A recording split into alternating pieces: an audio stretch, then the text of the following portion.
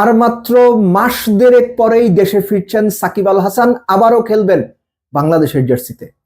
অন্তত বাংলাদেশ ক্রিকেট বোর্ডের কথা শুনে সেটাই মনে হচ্ছে, কেননা মার্চ মাসে পাকিস্তানের বিপক্ষে যে হোম সিরিজ রয়েছে বাংলাদেশের জাতীয় দলের জার্সিতে, ওই সিরিজেই সাকিব আল হাসানকে ফেরাতে চায়, খেলাতে চায় বাংলাদেশ ক্রিকেট বোর্ড। সাকিব আল হাসান নিজেও খুব খুব আগ্রহ নিয়ে অপেক্ষা করছেন। হঠাৎ করেই এত পরিবর্তন কেন? রিপোর্ট অনুযায়ী বাংলাদেশ ক্রিকেট বোর্ডের পক্ষ থেকে মাসখানেক আগে সাকিব আল হাসানের সঙ্গে যোগাযোগ করা হয়েছে, যেহেতু সরকারে কিছুটা পরিবর্তন এসেছে। খেয়াল করেন, সরকারে কিছুটা পরিবর্তন এসেছে এবং আগামীতে জাতীয় নির্বাচন, তো সবকিছু মিলে ক্রিকেট বোর্ড এবং বিসিবি, সাকিব আল হাসান, তারা মনে করছে হয়তো সাকিব আল হাসানকে দেশে ফেরানোর যে প্রক্রিয়া সেটা এখন চালু করা যেতে পারে। প্রশ্ন হচ্ছে, সাকিবের বিরুদ্ধে যে মামলাগুলো রয়েছে সেগুলো কি হবে? সাকিব কি ক্রিকেট বোর্ডের কথা মেনে কিংবা সন্তুষ্ট হয়ে এই মামলা থাকা অবস্থায় দেশে ফিরবেন, খেলবেন? এই প্রশ্নগুলো আছে। মূল কথা হচ্ছে যে প্রথম আলোর একটা রিপোর্টে বলা হচ্ছে যে বিসিবি পরিচালক আসিফ আকবর তিনি নিজেই বলছেন যে সাকিব আল হাসানের সঙ্গে যোগাযোগ প্রায় মাসখানেক আগে শুরু হয়েছে এবং সাকিবকে পাকিস্তানের সিরিজ থেকেই বিসিবি খেলাতে চায়। কিন্তু মনে করে দেখেন, এর আগে যখন আসিফ মাহমুদ সজীব ভুঁইয়া সম্মানিত উপদেষ্টা ছিলেন যুব এবং ক্রীড়া মন্ত্রণালয়, তিনি কিন্তু সরাসরি বলেছিলেন যে বাংলাদেশের জার্সি গায়ে সাকিবকে আর খেলতে দেওয়া হবে না। তো এখন তিনি নেই, জনাব আসিফ নজরুল তিনি এখন যুব এবং ক্রীড়া মন্ত্রণালয়ের সম্মানিত উপদেষ্টা হিসেবে আছেন। তো এই রিপোর্টেই বলা হচ্ছে যে এখন হয়তো প্রক্রিয়াটা আরেকটু সহজতর কিংবা তুলনামূলক কম জটিল হতে পারে। একই সঙ্গে 12ই ফেব্রুয়ারি জাতীয় নির্বাচন। সো জাতীয় নির্বাচনের পর যেহেতু মার্চে পাকিস্তানের সিরিজ, পাকিস্তান বাংলাদেশে আসবে ওয়ানডে সিরিজ প্রথমে, তারপর তারা পিএসএল খেলতে চলে যাবে প্লেয়াররা, পিএসএল শেষে মে মাসের দিকে এসে আবার টেস্ট খেলবে। ওয়ানডে সিরিজ অর্থাৎ মার্চ মাসেই সাকিবকে ফেরানোর একটা প্রক্রিয়া শুরু করা যেতে পারে। সাকিব আল হাসানের অবস্থান কি? সাকিব আল হাসানের কি এটাই শেষ সিরিজ হবে? তো বিসিবির বক্তব্য অনুযায়ী যে সাকিবকে আগে ফেরানোর প্রক্রিয়াটা শুরু হোক, সে ফিরুক। পাকিস্তানের বিপক্ষে সিরিজটাই সাকিবের শেষ সিরিজ কিনা দেশের মাটিতে কিংবা দেশের জার্সি গায়ে, এটা সাকিব ডিসাইড করবে, হুইচ ইজ আন্ডারস্ট্যান্ডেবল এবং এটাই হওয়া উচিত। প্লেয়ার কতদিন খেলবেন, কোন ফরম্যাট খেলবেন, কবে অবসর নেবেন, সম্পূর্ণ প্লেয়ারের সিদ্ধান্ত। বাট ওই যে যেহেতু আইনে কিছু জটিলতা রয়েছে, সহজ কথায় বললে সাকিবের নামে যে মামলাগুলো রয়েছে সেই মামলাগুলো কি হবে? সেই মামলাগুলো থাকা অবস্থায় সাকিব যদি দেশে ফিরেন তাহলে ব্যাপারটা কেমন দাঁড়াবে? এখানে আইনি অনেক ব্যাপার রয়েছে, কিছু ক্ষেত্রে জটিলতা রয়েছে, কিন্তু এখন ক্রিকেট বোর্ড সাকিবকে ফেরানোর ব্যাপারে উদ্গ্রীব হয়ে আছে। তারা সাকিবকে ফেরাতে চায় এবং সাকিব আল হাসান নিজেও নিজেও যতটুকু রিপোর্ট অনুযায়ী মানে জানা যাচ্ছে যে সাকিব আল হাসান নিজেও বাংলাদেশের জার্সিতে খেলার জন্য মোটামুটি প্রস্তুত আছেন এবং মার্চ মাসে যে পাকিস্তান সিরিজ দিয়ে ফেরার কথা বলা হয়েছে, সাকিব আল হাসান মোস্ট লাইকলি সেটা মাথায় নিয়েছেন এবং সেই অনুযায়ী নিজেকে প্রিপেয়ার করছেন। এখন কথা হচ্ছে, সবসময় যেটা বলি, গণপ্রজাতন্ত্রী বাংলাদেশ সরকার তারা কি সিদ্ধান্ত নেবে? যারা বাংলাদেশের আইন কানুন কিংবা আইন মন্ত্রণালয় কিংবা অন্যান্য নীতি নির্ধারণী পর্যায়ে আছেন তারা কি সিদ্ধান্ত নেবেন? যার নামে মামলা আছে তাকে এনে জাতীয় দলের জার্সিতে মাঠে খেলিয়ে দেওয়া, এই ব্যাপারগুলো প্রশ্ন কিন্তু তৈরি করবে। এই ব্যাপারগুলোকে বিভিন্ন মানুষ বিভিন্নভাবে ব্যাখ্যা করবেন, বিভিন্ন জন বিভিন্ন মতামত দেবেন। সো সাকিবকে ফেরানোর যে কথা হচ্ছে কিংবা সম্ভাবনা তৈরি হয়েছে, যারা ক্রিকেট প্রেমী মানুষ আছেন তারা ডেফিনেটলি চাইবেন সাকিব ফিরুক, দেশের মাটিতে খেলুক, দেশের জার্সিতে খেলুক, অনেকে এটা চাইবেন। কিন্তু আবার একই সঙ্গে এই যে মামলার বিষয়গুলো কিংবা সাকিবের রাজনৈতিক যে পরিচয় কিংবা পলিটিক্যাল আইডেন্টিটি, এগুলোও কিন্তু বিভিন্ন রকম আলোচনা সমালোচনা জন্ম দেবে। সব পুরো বিষয়টা এখন নির্ভর করছে বাংলাদেশ সরকার কেমন চায় এবং সরকার কিভাবে বিষয়গুলা ডিল করতে চায়। কেননা ক্রিকেট বোর্ড আগ্রহী, সাকিব আল হাসান আগ্রহী, অর্থাৎ দুই পক্ষ ক্রিকেট সংশ্লিষ্ট যারা তারা আগ্রহী। সরকার আগ্রহী। তো সরকার কি ভাবছে? সরকার গ্রিন সিগন্যাল দেবে? এই প্রশ্নগুলো আগামীর জন্য তোলা থাকুক, কিন্তু এখনো পর্যন্ত সাকিবের নিজের এবং বাংলাদেশ ক্রিকেট বোর্ডের স্ট্যান্ড 2026 মার্চে পাকিস্তানের বিপক্ষে যে হোম সিরিজ হবে ওয়ানডে সিরিজ দিয়ে মার্চেই সাকিব আল হাসানকে তারা জাতীয় দলের জার্সিতে আবারও ফেরাতে চায়। মাঠে মারা গেছে, সবাই বুঝে গেছে বিসিবির ইন্টেনশন কি, কিন্তু কি কি ব্যর্থতা ঢাকার জন্য এটা করা হলো? আপনাদের কি মনে হচ্ছে? বিশ্বকাপ বাংলাদেশ খেলতে গেল না, সেটা নিয়ে যে আলোচনা সমালোচনা, সেটার জন্য আমার কিন্তু সেটা মনে হয় না। কেননা বাংলাদেশ ভারতে গিয়ে বিশ্বকাপ খেলবে না, এই মতের পক্ষে বাংলাদেশের বেশিরভাগ দর্শক। সো এই জায়গাতে বিসিবির কোনো অসুবিধা নাই, কোনো চিন্তা নাই, মানুষের সাপোর্ট তাদের আছে। তাহলে এমন কি আছে যেটা ঢাকার জন্য সাকিব নামের রসগোল্লা নতুন করে সামনে আনতে হলো? আমি বলে দিচ্ছি, সেটা হচ্ছে ম্যাচ ফিক্সিং। বিসিবি পরিচালকের ফিক্সিং এ জড়িত থাকার অভিযোগ, এবং সেই বিসিবি পরিচালকের কণ্ঠে বলা হচ্ছে প্রেসিডেন্ট ভাইস প্রেসিডেন্টদেরও টাকা দিতে হতো। বুঝতেছেন কত বড় অভিযোগ? এই বিষয়টা নিয়ে আমার সহকর্মী, সাবেক সহকর্মী রিয়াসাত আজিম যে ইনভেস্টিগেটিভ স্টোরিটা করেছেন, সেটা নিয়ে যে পরিমাণ আলোচনা হবার কথা সেটা কিন্তু হচ্ছে না। আমার অনুমান বা আমি মোটামুটি শিওর, এই ফিক্সিং যেটা বের হলে আরো অনেক রাঘব বোয়ালের নাম বের হয়ে আসবে, যেটা নিয়ে তদন্ত হলে আরো অনেকেই ফেসে যেতে পারেন, সেটাকেই আড়াল করার জন্য এই সাকিব নামের, সাকিবকে খেলানোর বাংলাদেশের জার্সিতে প্রিয় হয়ে গেছে স্বৈরাচারের দোসরকে যাকে বলা হতো, সেই স্বৈরাচারের দোসর এখন সাকিব সবার কাছে প্রিয় হয়ে গেছে বিসিবির কাছে। কেন? তাহলে কি বলবো এই বিসিবিও এখন স্বৈরাচারের দোসরের লিস্টে নাম লিখিয়েছে? আপনাদের কি মনে হয়? বিএসটিআই অনুমোদিত দেশের প্রথম electrolyte drinks active plus, be hydrated, stay active.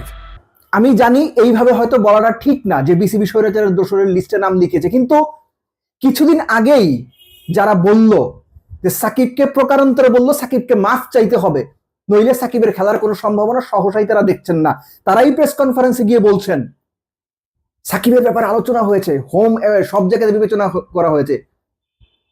Bangladesh Sarkar, people's Republic of Bangladesh, গণপ্রজাতন্ত্রী বাংলাদেশ সরকার, তারা কি গ্রিন সিগন্যাল দিয়েছে? তারা কি সাকিবকে আনতে চায়? তারা কি চায় সাকিব বাংলাদেশের জার্সিতে আবার খেলুক? জানেন আপনারা, যদি সেটা চেয়ে থাকে একরকম, যদি না চেয়ে থাকে বিসিবি আকবরই এটা কেন বললো? ওই যে নজরটাকে সরিয়ে দেওয়া, ব্যর্থতা আড়াল করার জন্য নতুন একটা রসগোল্লা, কখনো সাদা, কখনো নীল, কখনো হলুদ, কখনো বাদামি, এই রসগোল্লা সার্ভ করা হলো। এটা সাকিব নামের রসগোল্লা, কারণ জানে এই দেশের মানুষ সাকিব খেলবে, সাকিবকে খেলানো হবে শুনলে স্বাভাবিকভাবেই ক্রিকেট প্রেমী দর্শকের আগ্রহের জায়গাটা ওই দিকে যাবে। এই যে ফিক্সিং এর কথাগুলো আলোচনা হচ্ছে, বোর্ড পরিচালকের নাম জড়িয়ে গেছে, তিনি দায়িত্ব থেকে পর্যন্ত সরে গেছেন বা সরিয়ে দেওয়া হয়েছে, কেন হচ্ছে এগুলো? এগুলো ভয়ঙ্কর ব্যাপার। একই সঙ্গে আপনি যোগ করে নিন, এর আগে যখন সাকিব আল হাসানের কথা বলা হয়েছিল, তখন কি বলা হয়েছিল, কি শুনেছি আমরা?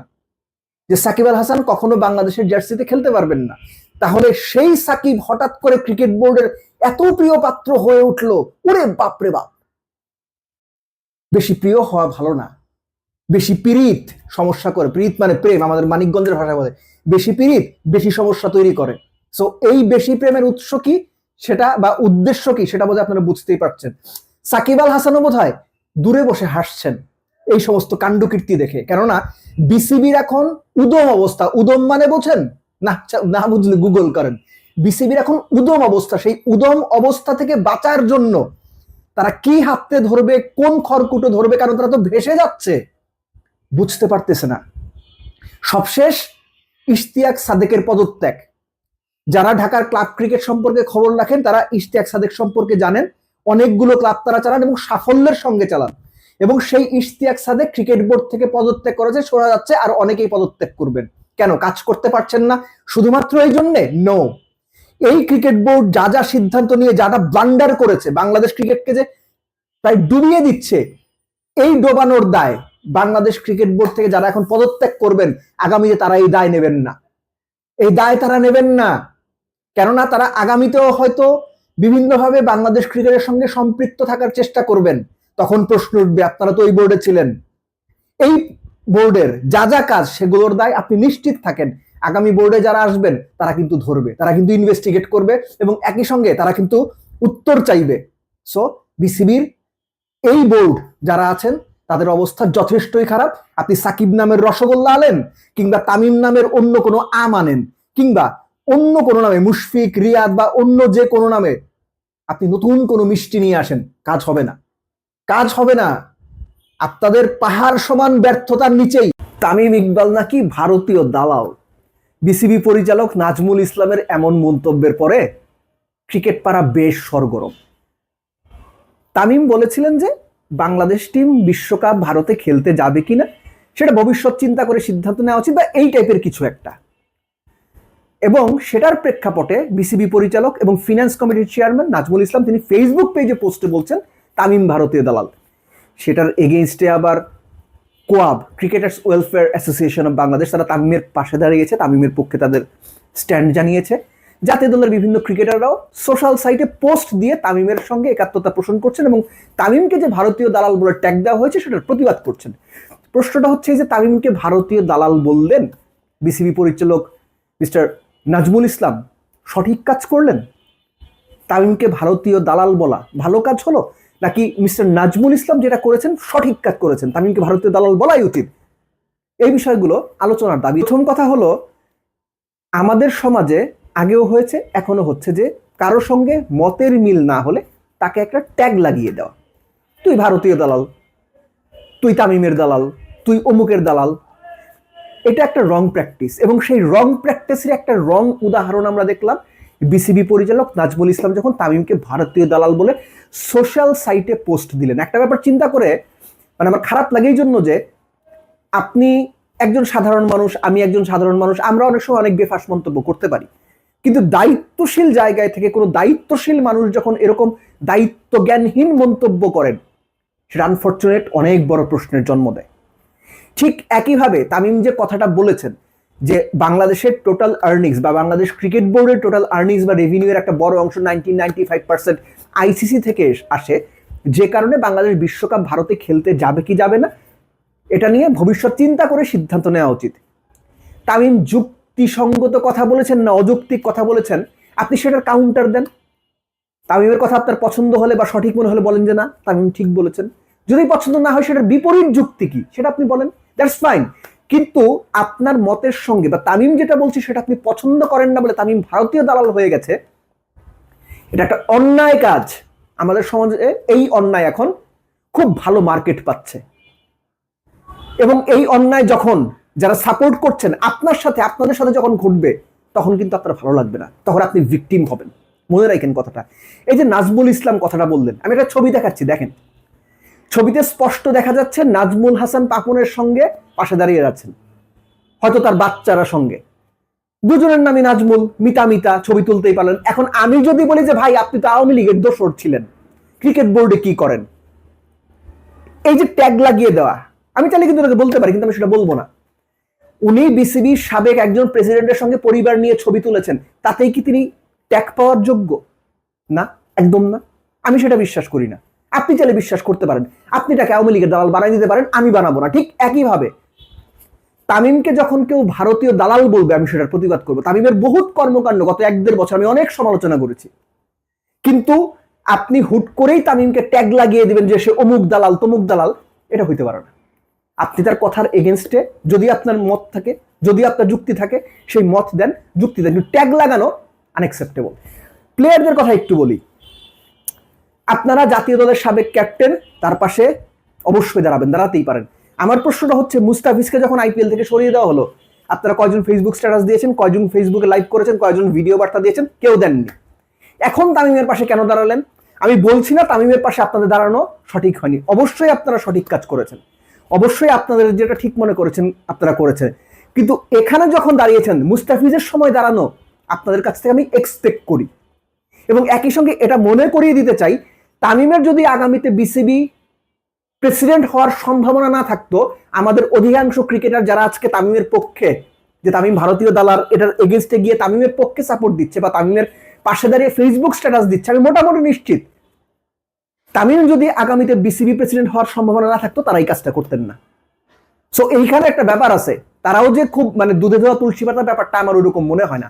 এটা শুনতে হয়তো অনেকের খারাপ লাগবে, কিন্তু এটা রিয়েলিটি। যাই হোক, কোনোভাবেই তামিমকে ভারতীয় দালাল ট্যাগ দেওয়াটা মানতে পারছি না। এটা বিসিবি পরিচালক হিসেবে উনি ঠিক করেন। আমি আবার বলছি, উনি যদি কোনো সাধারণ মানুষ হতেন, সাধারণ মানুষ অনেক কথাই বলবে, সেটা একসেপ্টেবল, কিন্তু দায়িত্বশীল জায়গায় থেকে এরকম দায়িত্ব জ্ঞানহীনের মতো কথা বলা কোনোভাবেই মানা যায় না। এবং একই সঙ্গে যোগ করে দেই, ওনার বিরুদ্ধে যে অভিযোগ এই নাজমুল ইসলামের বিপক্ষে, তিনি নাকি প্লেয়াররা ডাব খান, তিনি নাকি প্রশ্ন তোলেন এত বেশি ডাব এরা কেন খায়, প্লেয়াররা বিদেশে যাওয়ার সময় 3টা 4টা 8টা 10টা পর্যন্ত ব্যাট নিয়ে যায়, তিনি নাকি প্রশ্ন তোলেন এত বেশি ব্যাট নেওয়ার দরকারটা কি? ওই যে ওজন বেশি হয়, ভাড়া বেশি হয়, এই অভিযোগগুলো কতটা সত্য আমি জানি না, কিন্তু ওনার এগেনস্টে অভিযোগগুলো আছে। সো যারা এখন ক্রিকেট বোর্ডে আছেন তারা সত্যিকার অর্থে ক্রিকেট প্রশাসন চালানোর মতো যোগ্য, দক্ষ এবং একই সঙ্গে যথেষ্ট মার্জিত মানুষ কিনা, এটা নিয়ে আমার এখন সিরিয়াস প্রশ্ন আছে। পরিশেষে বলবো যে আমিনুল ইসলাম বুলবুল সাবেক অধিনায়ক, নাজমুল আবেদিন ফাহিম, উনিও বিভিন্ন সময়ে নাজমুল হাসান পাপনের বোর্ডের সময় ক্রিকেটারদের সম্মান নিয়ে কথা বলেছেন। এই যে তাদের সময় ক্রিকেটারদের তাদের কলিগরা, তাদের বোর্ডের পরিচালকরা অসম্মান করছেন, এই ব্যাপারে আপনারা কি ব্যবস্থা নেবেন? দেখতে চাই আপনারা আসলে কি ব্যবস্থা নেন, কিংবা আদৌ কোনো ব্যবস্থা নেন কিনা। কেননা এই যে ট্যাগ দেওয়ার যে বাজে অভ্যাস, ট্যাগ দেওয়ার যে একটা কালচার তৈরি হয়ে যাচ্ছে, আমিনুল ইসলাম বুলবুল, নাজমুল আবেদিন ফাহিম কিংবা নাজমুল ইসলাম, আপনারাও ভবিষ্যতে আপনাদের যে আরেকটা পক্ষ, আপনাদের বিপক্ষ যে ট্যাগ দিয়ে আপনাদের জন্য একটা সামাজিক সমস্যা তৈরি করবে না, সেটার কোনো গ্যারান্টি পাচ্ছেন। সো ওপর দিকে থুতু ফেললে নিজের গায়ে এসে পড়ে, এটা আমরা তখনই বুঝি যখন থুতুটা নিজের গায়ে এসে পড়ে। Stop tagging. যদি যুক্তি থাকে, যদি বলার থাকে, যদি আপনার প্রোটেস্ট করার মতো কিংবা কাউন্টার দেওয়ার মতো এনাফ কথা আপনি বলতে পারেন, অবশ্যই বলবেন। তামিম যেটা বলেছে, তামিমের কথার এগেইনস্টে আপনার যা বলার আছে অবশ্যই আপনি বলবেন, কিন্তু প্লিজ ডোন্ট ট্যাগ। এই ট্যাগিং এর রাজনীতি বাংলাদেশকে অসহনীয় করে তুলছে। এই ট্যাগিং এর রাজনীতি বাংলাদেশের সমাজকে একজন থেকে আরেকজনকে বিচ্ছিন্ন করে তুলছে, অসহিষ্ণুতা বাড়ছে। Don't tag please. এটা একটা সময়ে আপনি যাকে ট্যাগ করছেন তিনি হয়তো আজকে ওই ট্যাগ পেয়ে বিপদে আছেন, আপনি হাসছেন, কিন্তু কোনো একটা সময় এই ট্যাগ যখন আপনার দিকে ফিরে আসবে তখন কিন্তু আপনি কাঁদবেন। এটা আমরা তখনই বুঝবো যখন নিজে বিপদে পড়বো।